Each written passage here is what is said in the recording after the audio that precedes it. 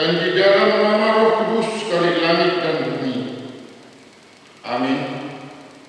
Tetapi Allah yang telah mengasihi kita dan yang telah mengutus anaknya sebagai pendamaian dosa-dosa kita. Saudara-saudaraku yang kekasih, jikalau Allah sedemikian mengasihi kita, maka haruslah kita saling mengasihi. Haleluya. Kita berdoa. Ya Tuhan Allah Bapa kami di surga, kami mengucapkan terima kasih kepadamu karena Engkau telah mengaruniakan anakmu yang tunggal kepada kami, supaya kami dilepaskan dari kuasa iblis, dosa dan maut. Kami memohon kepadamu, bimbinglah kami dalam firman-Mu, agar kami tidak goyah tatkala menghadapi cobaan dan penderitaan. Berikanlah kepada kami hikmat-Mu, tuntunlah kami kepada hidup yang kekal, agar bersama umat-Mu di segala abad dan tempat kami memuji dan memuliakan Engkau selama-lamanya. Di dalam Yesus Kristus Tuhan kami.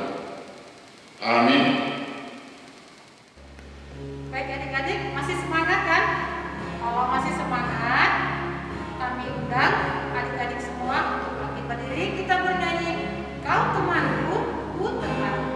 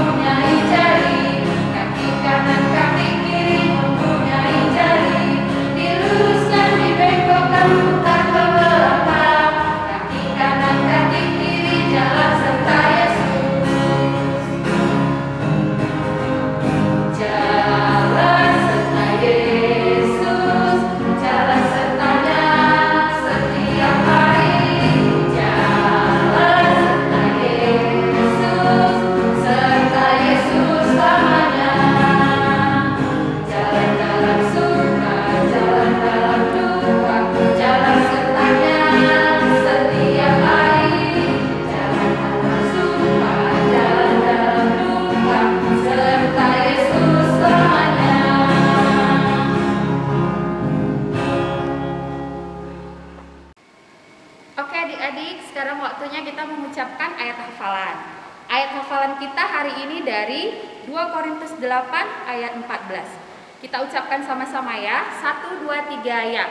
2 Korintus 8 ayat 14. Maka hendaklah sekarang ini kelebihan kamu mencukupkan kekurangan mereka, agar kelebihan mereka kemudian mencukupkan kekurangan kamu, supaya ada keseimbangan. Oke. Nah, Kakak ucapkan terima kasih buat adik-adik yang sudah mengirimkan ayat hafalan ke grup sekolah minggunya masing-masing. Ayat hafalan minggu depan dari Amsal 19 ayat 17. Sekali lagi ya, Amsal 19 ayat 17. Kami tunggu ayat hafalannya paling lama hari Kamis malam. Terima kasih. 2 Korintus 8 ayat 14. Maka hendaklah sekarang ini kelebihan kamu mencukupkan kekurangan mereka, agar kelebihan mereka kemudian mencukupkan kekurangan kamu, supaya ada keseimbangan. Terima kasih dan selamat hari Minggu. Shalom, selamat hari Minggu. Ayat hafalan minggu ini diambil dari kitab 2 Korintus 8 ayat 14. Maka hendaklah sekarang ini kelebihan kamu mencukupkan kekurangan mereka, agar kelebihan mereka kemudian mencukupkan kekurangan kamu, supaya ada keseimbangan. Terima kasih dan selamat hari Minggu. Hafalan 2 Korintus 8 ayat 14. Maka hendaklah sekarang ini kelebihan kamu mencukupkan kekurangan mereka, agar kelebihan mereka kemudian mencukupkan kekurangan kamu, supaya ada keseimbangan. 2 Korintus 8 ayat 14. Maka hendaklah sekarang ini kelebihan kamu mencukupkan kekurangan mereka, agar kelebihan mereka kemudian mencukupkan kekurangan kamu, supaya ada keseimbangan. Shalom. Korintus 8 ayat 14. Maka hendaklah sekarang ini kelebihan kamu mencukupkan kekurangan mereka, agar kelebihan mereka kemudian mencukupkan kekurangan kamu, supaya ada keseimbangan. Shalom. 2 Korintus 8 ayat 14. Maka hendaklah sekarang ini kelebihan kamu mencukupkan kekurangan mereka, agar kelebihan mereka kemudian mencukupkan kekurangan kamu, supaya ada keseimbangan. Terima kasih. 2 Korintus 8 ayat 14. Maka hendaklah sekarang ini kelebihan kamu mencukupkan kekurangan mereka, agar kelebihan mereka kemudian mencukupkan kekurangan kamu, supaya ada keseimbangan. Terima kasih. 2 Korintus 8 ayat 14. Maka hendaklah sekarang ini kelebihan kamu mencukupkan kekurangan mereka, agar kelebihan mereka kemudian mencukupkan kekurangan kamu, supaya ada keseimbangan. Ayat hafalan 2 Korintus 8 ayat 14. Maka hendaklah sekarang ini kelebihan kamu mencukupkan kekurangan mereka, agar kelebihan mereka kemudian mencukupkan kekurangan kamu, supaya ada keseimbangan. Terima kasih. Shalom. Ayat hafalan 2 Korintus 8 ayat 14. Maka hendaklah sekarang ini kelebihan kamu mencukupkan kekurangan mereka, agar kelebihan mereka kemudian mencukupkan kekurangan kamu, supaya ada keseimbangan. Terima kasih. Shalom, selamat hari Minggu. Ayat hafalan 2 Korintus 8. Maka hendaklah sekarang ini kelebihan kamu mencukupkan kekurangan mereka, agar kelebihan mereka kemudian mencukupkan kekurangan kamu, supaya ada keseimbangan. Terima kasih. Shalom. 2 Korintus 8 ayat 14. Maka hendaklah sekarang ini kelebihan kamu mencukupkan kekurangan mereka, agar kelebihan mereka kemudian mencukupkan kekurangan kamu, supaya ada keseimbangan. Terima kasih. Baik adik-adik, sebelum kita mendengarkan firman Tuhan pada hari ini, kita bernyanyi 5 roti dan 2 ikan.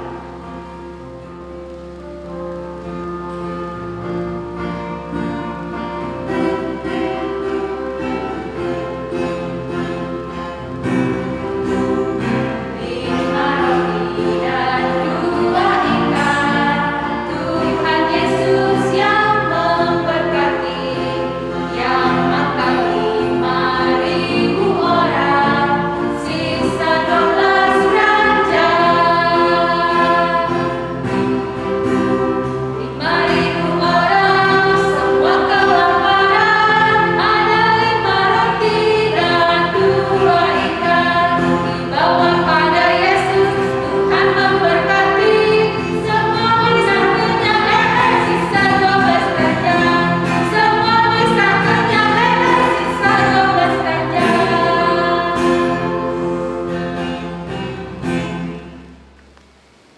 Nah adik-adik, sekarang waktunya kita membacakan firman Tuhan.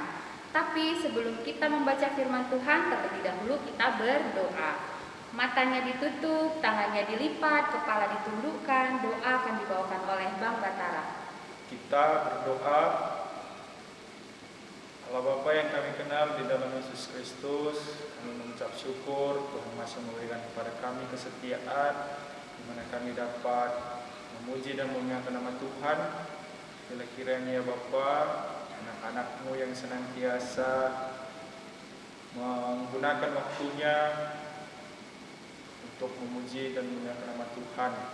Berkatilah ya Bapa anak-anak sekolah minggu ini, di mana mereka juga akan mendengar firman Tuhan, dan kiranya Tuhan yang mau pakai hati dan pikiran mereka untuk bisa mengerti bagaimana firman Tuhan berbicara kepada mereka melalui kami guru sekolah minggunya.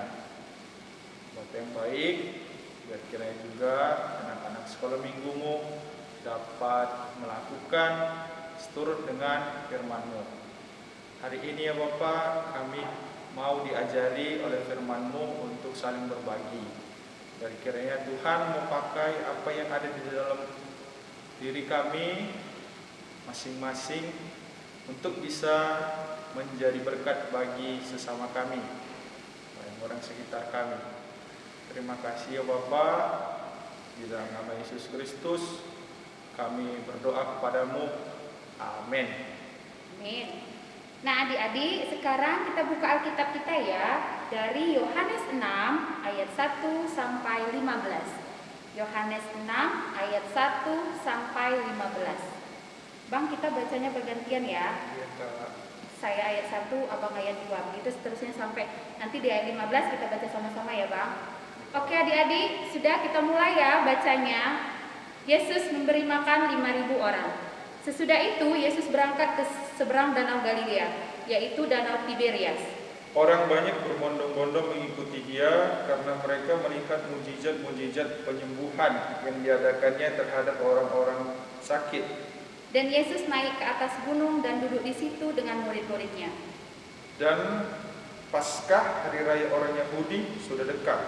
Ketika Yesus memandang sekelilingnya dan melihat bahwa orang banyak berbondong-bondong datang kepadanya, berkatalah ia kepada Filipus, "Di manakah kita akan membeli roti supaya mereka ini dapat makan?" Hal itu dikatakannya untuk mencobai dia, sebab ia sendiri tahu apa yang hendak dilakukannya. Jawab Filipus kepadanya, "Roti seharga 200 dinar tidak akan cukup untuk mereka ini, sekalipun masing-masing mendapat sepotong kecil saja." Seorang dari murid-muridnya, yaitu Andreas, saudara Simon Petrus, berkata kepadanya, "Di sini ada seorang anak yang mempunyai 5 roti jelai dan 2 ikan. Tetapi apakah artinya itu untuk orang sebanyak ini?" Kata Yesus, "Suruhlah orang-orang itu duduk. Adapun di tempat itu banyak rumput, maka duduklah orang-orang itu, kira-kira 5.000 laki-laki banyaknya." Lalu Yesus mengambil roti itu, mengucap syukur dan membagi-bagikannya kepada mereka yang duduk di situ. Demikian juga dibuatnya dengan ikan-ikan itu sebanyak yang mereka kehendaki. Dan setelah mereka kenyang, ia berkata kepada murid-muridnya, "Kumpulkanlah potongan-potongan yang lebih supaya tidak ada yang terbuang." Maka mereka pun mengumpulkannya dan mengisi 12 bakul penuh dengan potongan-potongan dari kelima roti jelai yang lebih setelah orang makan. Ketika orang-orang itu melihat mujizat yang telah diadakannya, mereka berkata, "Dia ini adalah benar-benar nabi yang akan datang ke dalam dunia." Karena Yesus tahu bahwa mereka hendak datang dan hendak membawa dia dengan paksa untuk menjadikan dia raja, ia menyingkir pula ke gunung seorang diri. Demikian firman Tuhan. Adik-adik jangan beranjak dulu, kita lihat animasi berikut ini. Suatu ketika di seberang sungai, Yesus sedang melayani ribuan orang dengan mengajarkan hal tentang kerajaan Allah dan menyembuhkan orang-orang yang sakit. Tidak terasa hari sudah malam dan Yesus merasa kasihan dan hendak memberi mereka makan. Tapi ternyata yang ada pada mereka pada waktu itu hanya ada 5 roti dan 2 ikan. Maka dengan mujizat dari Yesus, 5 roti dan 2 ikan itu dibuat bisa untuk memberi makan 5.000 orang hingga sampai tersisa 12 bakul penuh. Sungguh luar biasa Tuhan kita ini. Sekian video kita kali ini. Terima kasih. Tapi tunggu, dari mana asal 5 roti dan 2 ikan ini? Kisah ini telah ditulis di kitab Matius, Markus, Lukas, dan Yohanes. Dan hanya dalam kitab Yohanes yang menceritakan lebih detail bahwa 5 roti dan 2 ikan itu didapat dari seorang anak. Ya, seorang anak kecil. Kenapa dia mau memberikan 5 roti dan 2 ikan kepunyaannya? Jika kita asumsikan untuk mengenyangkan satu orang saja diperlukan 1 roti dan 1 ikan, dan jumlah orang yang ada adalah 5.000 orang, belum ditambah perempuan dan anak-anak yang kita asumsikan 3.000 orang, jadi jumlahnya 8.000 orang. Maka kita perlu 8.000 roti dan 8.000 ikan untuk membuat semuanya kenyang.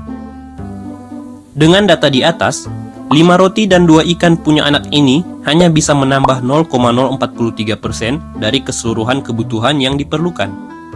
Itu hampir 0% loh, atau bisa dibilang sebenarnya hampir tidak berguna sama sekali.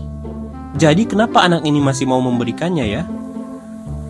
Ditambah lagi, secara psikologis, seorang anak sangat susah untuk rela memberikan kepunyaannya, terlebih menyangkut mainan atau makanan. Tapi kenapa dia memberikannya? Kenapa, Dek? Kenapa? Kenapa kok belagu banget ngasih sesuatu ke Tuhan yang hampir nggak berguna sama sekali? Kemungkinan paling jelas kenapa dia memberikan 5 roti dan 2 ikan kepunyaannya adalah karena anak ini bukan lulusan sarjana teknik, MIPA, atau bidang eksakta lainnya. Karena dengan perhitungan sederhana tadi saja, dia pasti tahu kalau kepunyaannya tidak akan banyak membantu. Akan lebih masuk akal kalau dia diam-diam bersembunyi atau menyudut di antara keramaian dan makan bekalnya sendiri tanpa harus memberikan kepunyaannya kepada orang lain. Kan dia juga seharusnya merasa lapar. Kan dia masih kecil, kenapa harus berbagi? Atau kemungkinan lainnya kenapa dia rela memberi, karena dia tahu kepada siapa dia memberi 5 roti dan 2 ikan ini. Ya, kepada Yesus Kristus. Anak ini telah seharian berada dengan Yesus dan mendengarkan ajarannya. Ini sudah cukup meyakinkan anak ini bahwa Yesus adalah Tuhan yang sangat mampu untuk membuat mujizat dengan sedikit pemberiannya yang dengan rela hati dan ikhlas sepenuhnya dia berikan kepada Tuhan.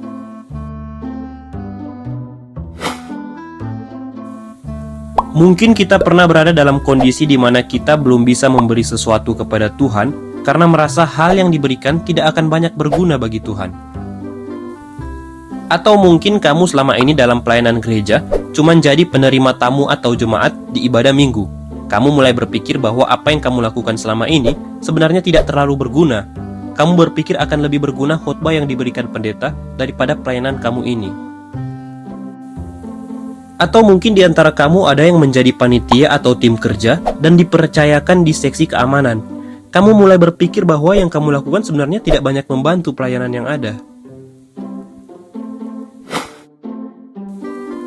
Teman-teman, belajar dari anak kecil tadi, kenalilah kepada siapa kamu memberi atau melayani selama ini.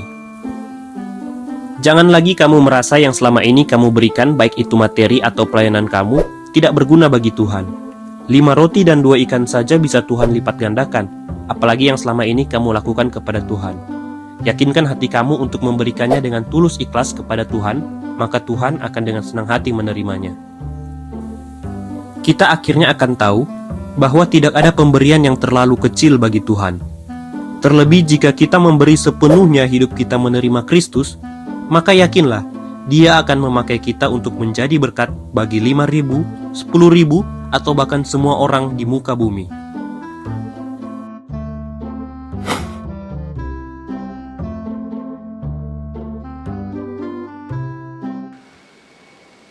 Firman Tuhan yang mengajari kita hari ini untuk mau berbagi kepada siapapun.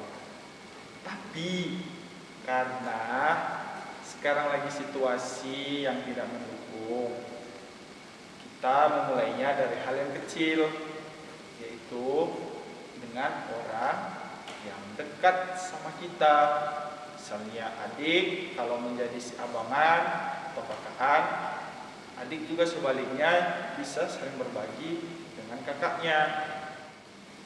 Nah, seperti kakak nih adik-adik, kakak punya roti, kakak mau berbagi sama Bang Batara. Bang Batara mau? Mau Kak. Ambil Bang. Terima kasih ya Kak. Ya. Makan yang banyak ya Bang. Firman Tuhan sudah mengajari kita untuk kita saling berbagi. Jadi adik-adik, apa yang tadi sudah dicontohkan oleh kakak sekolah minggunya, semoga adik-adik dapat melakukannya dari mulai hal yang kecil saja. Misalnya tadi sama abangnya, atau sama adiknya, sama kakaknya, gitu. Atau bisa juga jika kalian bermain mungkin di sekitaran rumah, melihat yang membutuhkan, boleh dibagi. Mulailah untuk dari hal yang terkecil, saling berbagi kepada orang lain. Firman Tuhan juga mengajarkan adik-adik tidak hanya membagi sebagian dari apa yang kita punya kepada sesama, tapi sebenarnya firman Tuhan mengajari kita untuk mempersembahkan hidup kita kepada Tuhan. Ketika kita mempersembahkan hidup kita kepada Tuhan, maka hidup kita bisa menjadi berkat bagi orang lain. Abang mau mengajak kalian untuk mau berkomitmen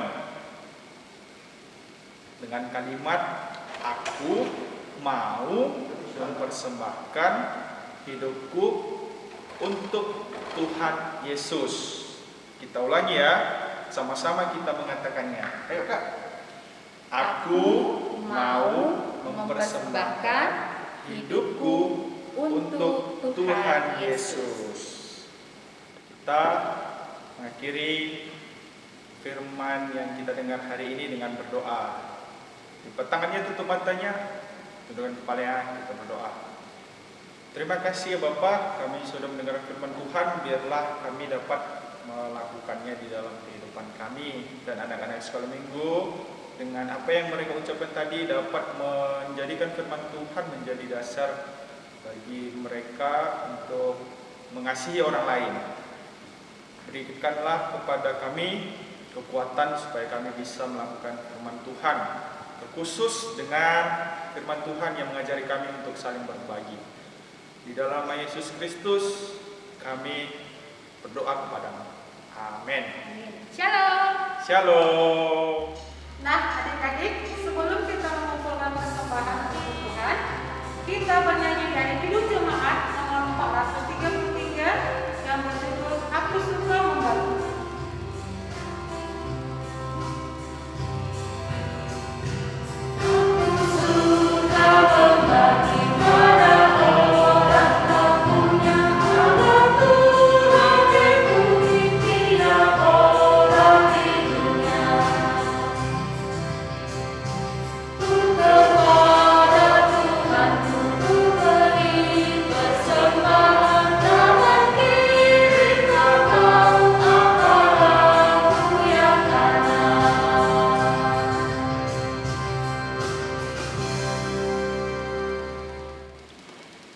Firman Tuhan yang memanggil dan menjadi dasar bagi kita memberikan persembahan syukur kepadanya adalah di Roma pasal 11 ayat 36. Demikian firman Tuhan.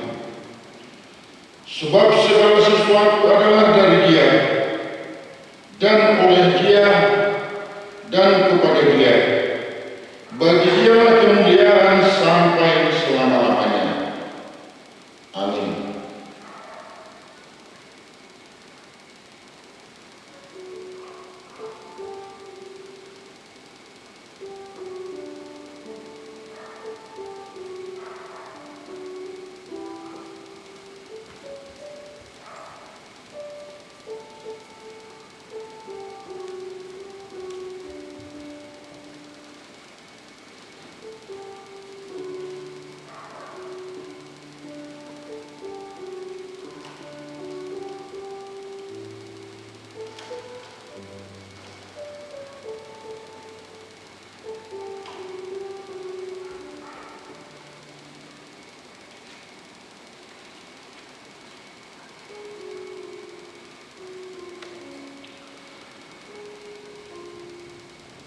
Marilah kita serahkan persembahan kita ini di hadapan Tuhan. Kita berdoa. Ya Allah Bapa kami yang di surga, kami mengaku dengan setulus hati, Engkaulah sumber segala berkat dan karunia. Di sini kami memberikan persembahan syukur kami kepadamu. Terimalah persembahan umat-Mu dan berkatlah menjadi alat kesaksian, persekutuan dan pelayanan jemaat-Mu ini. Jadikanlah hidup kami persembahan yang berkenan kepadamu, dan pakailah hidup kami untuk turut menghadirkan tanda-tanda kerajaan-Mu di seluruh dunia ini. Kasih keadilan dan damai sejahtera sukacita. Bukalah hati kami oleh Roh Kudus-Mu, agar kami senantiasa mengucapkan syukur kepadamu di dalam nama Yesus Kristus Tuhan kami. Amin.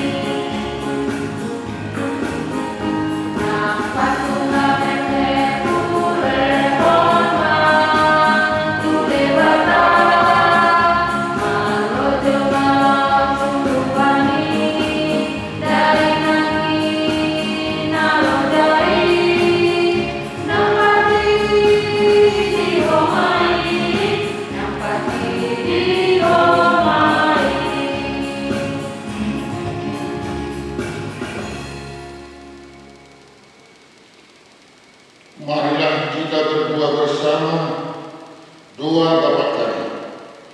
Bapa kami yang di surga, dikuduskanlah nama-Mu, datanglah kerajaan-Mu, jadilah kehendak-Mu di bumi seperti di surga. Berilah kami pada hari ini makanan kami yang secukupnya, dan ampunilah kami akan kesalahan kami, seperti kami juga mengampuni orang yang bersalah kepada kami. Dan janganlah membawa kami ke dalam pencobaan, tetapi lepaskanlah kami dari yang jahat. Karena Engkau yang punya kerajaan dan kuasa dan kemuliaan sampai selama-lamanya. Amin. Kasih karunia Tuhan Yesus Kristus dan kasih Allah Bapa dan persekutuan Roh Kudus menyertai kita sekalian. Amin. Kita nyanyikan Bapa terima kasih.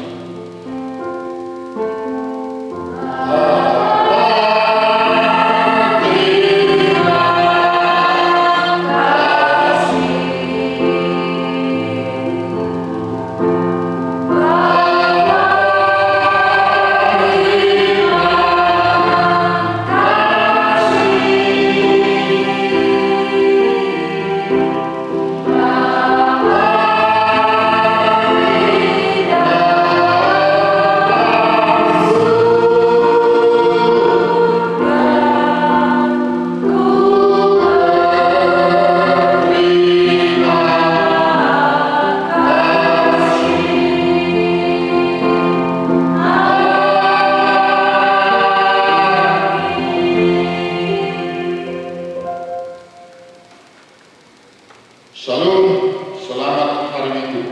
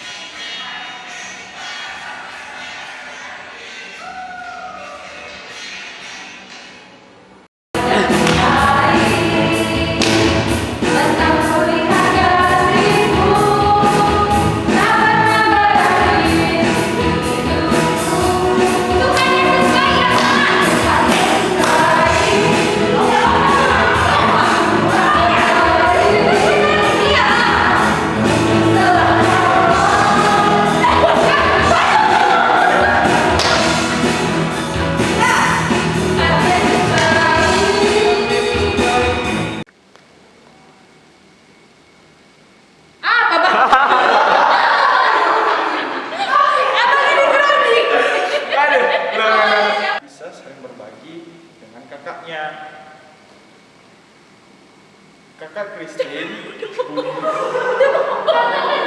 mau ngomong aku, Kak. Udah mau ngomong aku. Aduh. Main, Mak. Tapi disambung kakak aja ngomong. Ya, abangnya tuh udah selesai. Udah. Nah, seperti kakak ini ada roti kan? Kakak mau berbagi dengan adik kakak ini. Nah, ini bang dimakan.